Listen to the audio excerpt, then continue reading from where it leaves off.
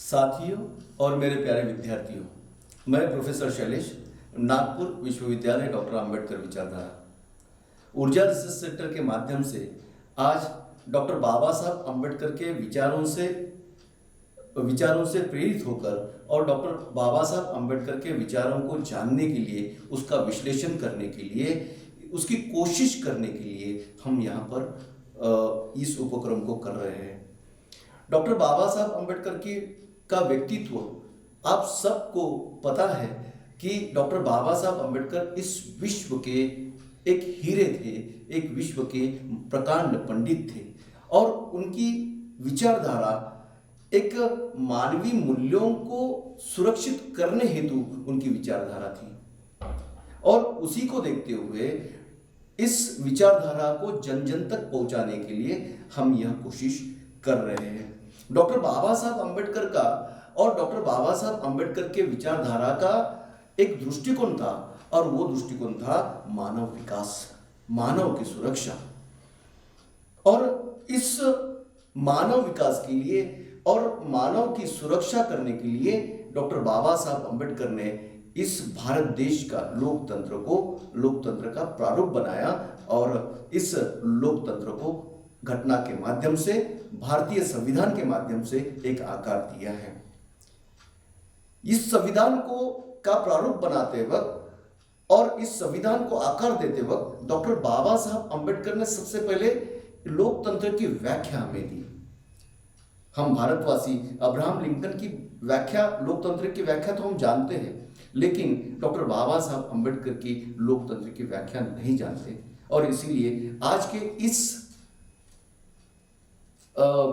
उपक्रम के माध्यम से हम डॉक्टर बाबा साहब अंबेडकर के लोकतंत्र की व्याख्या हम जानेंगे। डॉक्टर बाबा साहब अंबेडकर कहते हैं कि लोकतंत्र ऐसी एक प्रक्रिया है जिस प्रक्रिया के माध्यम से इस देश में रहने वाले प्रत्येक नागरिक के जीवन सामाजिक जीवन की और आर्थिक जीवन की का परिवर्तन, यह परिवर्तन जो सांस्कृतिक रूप से इंसान को स्थिरता प्रदान करता है और इस उद्देश्य से डॉक्टर बाबा साहब अंबेडकर के विचारों को जानना अति आवश्यक है। और इसी के मद्देनजर हम आज डॉक्टर बाबा साहब अंबेडकर की नेशनलाइजेशन की क्या संकल्पना थी, राष्ट्रीयकरण की क्या अवधारणा थी, यह जानने की कोशिश हम करेंगे। राष्ट्रीयकरण क्या है, राष्ट्रीयकरण क्या होता है?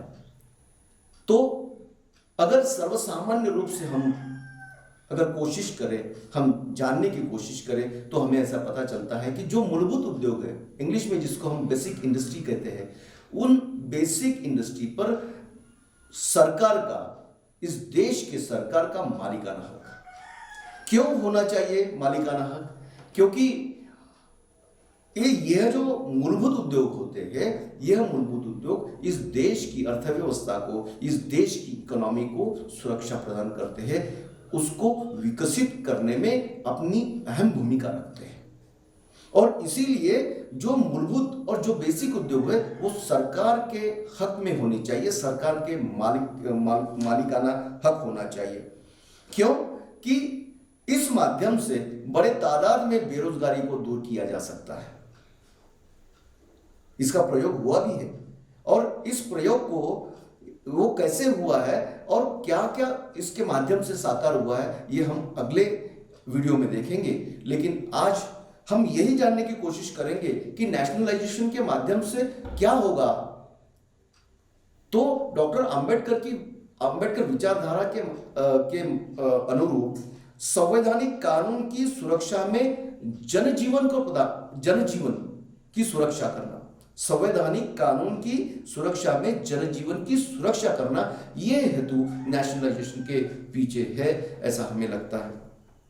और इसीलिए इन मूलभूत उद्योगों पर सरकार का मालिकाना हक होना चाहिए और इन उद्योगों के माध्यम से जो निजी उद्योग है, ये निजी उद्योग भी चलने चाहिए और निजी उद्योगों को इन सरकारी उद्योगों ने जो भी रॉ मटेरियल है वो रॉ मटेरियल प्रोवाइड करना चाहिए और प्राइवेट सेक्टर भी बड़े तादाद में सुरक्षित होना चाहिए, वो उसका भी विकास होना चाहिए।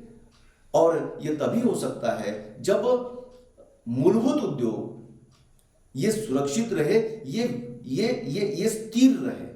और इसीलिए डॉक्टर बाबा साहब अम्बेडकर ने जब वो जीवित थे तो नेशनलाइजेशन का काफी समर्थन किया था। और नेशनलाइजेशन सही मायने में इस नेशनलाइजेशन की प्रक्रिया इस देश में आनी चाहिए, इसीलिए डॉक्टर बाबा साहब अम्बेडकर ने अपना वक्तव्य किया था।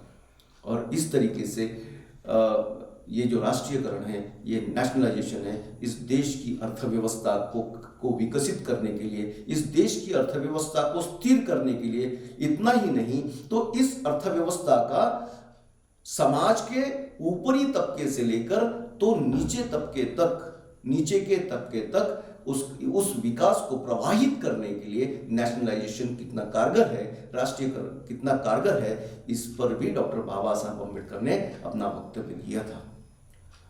और इस राष्ट्रीयकरण की अवधारणा को समझने के लिए हमें अगले शुक्रवार की राह देखनी आवश्यक है, क्योंकि हर शुक्रवार हम एक नया वीडियो डॉक्टर बाबा साहब अम्बेडकर के विचारों को लेकर हम नया वीडियो आप तक पहुंचाएंगे।